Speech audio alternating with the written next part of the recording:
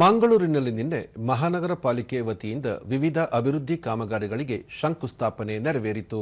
ಕಾರ್ಯಕ್ರಮದಲ್ಲಿ ನಗರಾಭಿವೃದ್ಧಿ ಸಚಿವ ಭೈರತಿ ಸುರೇಶ್, ಜಿಲ್ಲಾ ಉಸ್ತುವಾರಿ ಸಚಿವ ದಿನೇಶ್ ಗುಂಡೂರಾವ್, ಶಾಸಕ ವೇದವ್ಯಾಸ್ ಕಾಮತ್ ಸೇರಿದಂತೆ ಗಣ್ಯರು ಉಪಸ್ಥಿತರಿದ್ದರು. ಈ ವೇಳೆ ವಿವಿಧ ಯೋಜನೆಗಳ ಫಲಾನುಭವಿಗಳಿಗೆ ಚೆಕ್ಗಳನ್ನು ವಿತರಿಸಲಾಯಿತು. ನಗರಾಭಿವೃದ್ಧಿ ಮತ್ತು ನಗರ ಯೋಜನೆ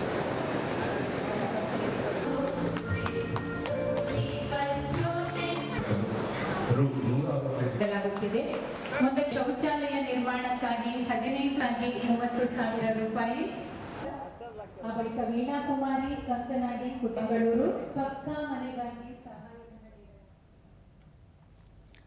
ಬಳಿಕ ಭೈರತಿ ಸುರೇಶ್, ನಗರಗಳ ಸಮಗ್ರ ಅಭಿವೃದ್ಧಿಗಾಗಿ ಸರ್ಕಾರ 24,000 ಕೋಟಿ ರೂಪಾಯಿಗಳ ಅನುಮೋದನೆ ನೀಡಿದೆ.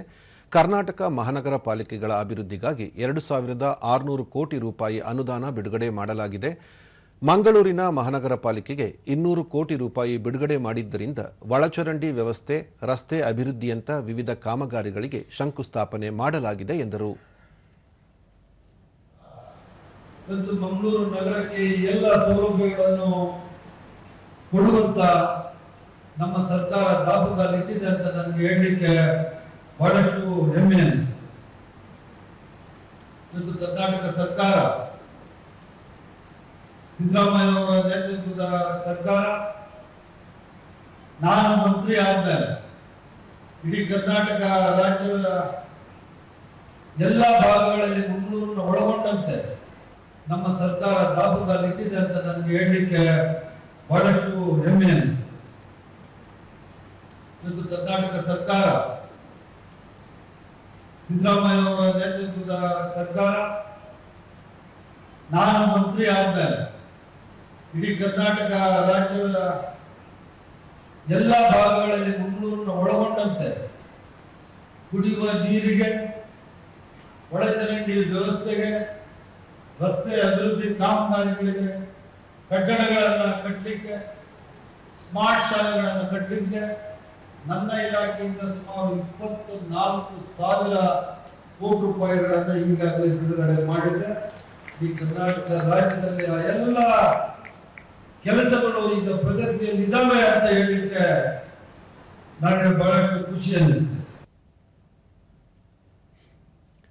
ಸಚಿವ ದಿನೇಶ್ ಗುಂಡೂರಾವ್, ದಕ್ಷಿಣ ಕನ್ನಡ ಜಿಲ್ಲೆಯಲ್ಲಿ ವಿವಿಧ ಐಟಿ ಕೇಂದ್ರಗಳು ಸ್ಥಾಪನೆಯಾಗಬೇಕು. ಹೂಡಿಕೆಗಾಗಿ ಕಂಪನಿಗಳು ಈ ಪ್ರದೇಶವನ್ನು ಆದ್ಯತಾ ತಾಣವನ್ನಾಗಿ ಆಯ್ಕೆ ಮಾಡಬಹುದೆಂದು ಅಭಿಪ್ರಾಯಪಟ್ಟರು.